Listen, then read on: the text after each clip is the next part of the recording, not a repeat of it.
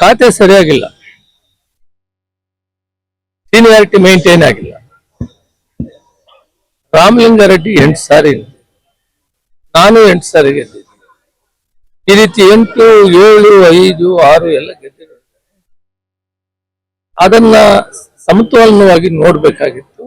ನಾನು ಅಖಿಲ ಭಾರತ ಕಾಂಗ್ರೆಸ್ ಅಧ್ಯಕ್ಷರಿಗೆ ಮನವಿ ಮಾಡ್ತಿದ್ದೀನಿ, ತಾಯಿ ಸ್ಥಾನದಲ್ಲಿದ್ದೀನಿ. ಎಲ್ಲ ಮಕ್ಕಳನ್ನು ಒಂದೇ ತರ ನೋಡ್ಬೇಕು ಮತ್ತು ಸೀನಿಯಾರಿಟಿ ಮೇಂಟೈನ್ ಆಗ್ಬೇಕು.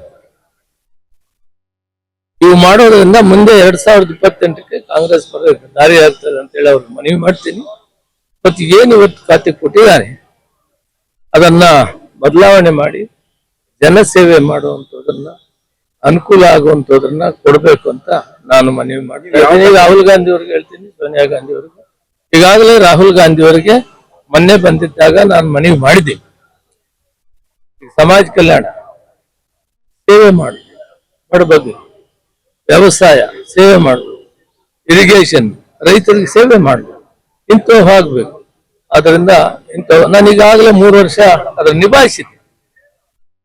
ಅದನ್ನ ಈ ಏನು ಯಾವ್ಯಾವ್ದು ಪ್ರೋಟೋಕಾಲ್ ನಲ್ಲಿ ಸೀನಿಯಾರಿಟಿ ಕೊಡ್ಬೇಕನ್ನೋದನ್ನ ಅದನ್ನ ಕರೆಕ್ಟ್ ಆಗಿ ನೋಡ್ಕೊಂಡು ಮಾಡಬೇಕು ಅಂತೇಳಿ ಮನವಿ ಮಾಡಿದ್ದೀನಿ. ಮತ್ತೆ ಈಗೂ ಕೂಡ ಅವ್ರಿಗೆ ಹೇಳ್ತೀನಿ, ಈ ಕೆಲಸ ಮಾಡೋದ್ರಿಂದ ಮುಂದೆ 2028ಕ್ಕೆ ಮತ್ತೆ ಸರ್ಕಾರ ಬರೋಕ್ಕೆ ದಾರಿ ಆಗ್ತದೆ. ಗೊಂದಲವಾಗಬಾರದು. ಈಗಾಗಲೇ ಮನವಿ ಮಾಡಿದ್ದೀನಿ, ಸರಿ ಮಾಡ್ತಾರೆ ಅಂತ ಭಾವಿಸಿದ್ದೀನಿ.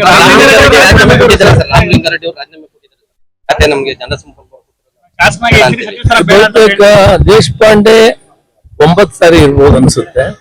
ಅವ್ರನ್ನ ಬಿಟ್ರೆ ರಾಮಲಿಂಗಾರೆಡ್ಡಿ ಅವರೇ ಸೀನಿಯರ್ ಇದ್ದಾರೆ. ಇವೆಲ್ಲನೂ ಕುಂತು ಇವತ್ತು ನಮ್ಮ ಡಿ.ಕೆ. ಶಿವಕುಮಾರ್ ಮುಖ್ಯಮಂತ್ರಿ, ಹೊಸದಾಗಿ ಆಗಿರುವಂತ ಹರಿಪ್ರಸಾದ್ ಅವರು ಇವರನ್ನ ವಿಶ್ವಾಸಕ್ಕೆ ತೆಗೆದುಕೊಂಡು ಇಲ್ಲಿ ಮೂಲಭೂತವಾಗಿ ಯಾರ್ಯಾರಿಗೆ ಯಾವ ಸ್ಥಾನಮಾನ ಕೊಟ್ಟರೆ ಮುಂದೆ 2028 ಸರ್ಕಾರ ಬರ್ತದೆ ಅನ್ನೋದನ್ನ ಚಿಂತನೆ ಮಾಡಿ ಮರುಪರಿಶೀಲನೆ ಮಾಡಿ ಕರೆಕ್ಟ್ ಮಾಡಬೇಕು ಅಂತ ನಾನು ಮನವಿ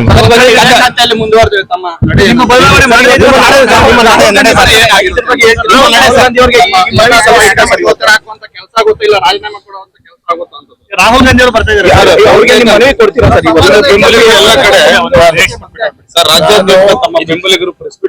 ಪಕ್ಷದ 50 ವರ್ಷಗಳ ಸುದೀರ್ಘ ಚರಿತ್ರೆ ಇದೆ. ಶಿಸ್ತಿನ ಸಿಪಾಯಿ ಆಗಿದ್ದೀನಿ. ಏರುಪೇರುಗಳನ್ನ ತಿದ್ದಬೇಕು ಅಂತ ಮನವಿ ಮಾಡಿದ್ದೀನಿ ಅಷ್ಟೇ, ಬೇರೆ ಮುಂದಕ್ಕೆ ಮಾತಾಡಲ್ಲ. ಇಲ್ಲ, ಅವ್ರು ಬೇರೆ ಕೆಲಸ ಬರ್ತಾ ಇದ್ದಾರೆ.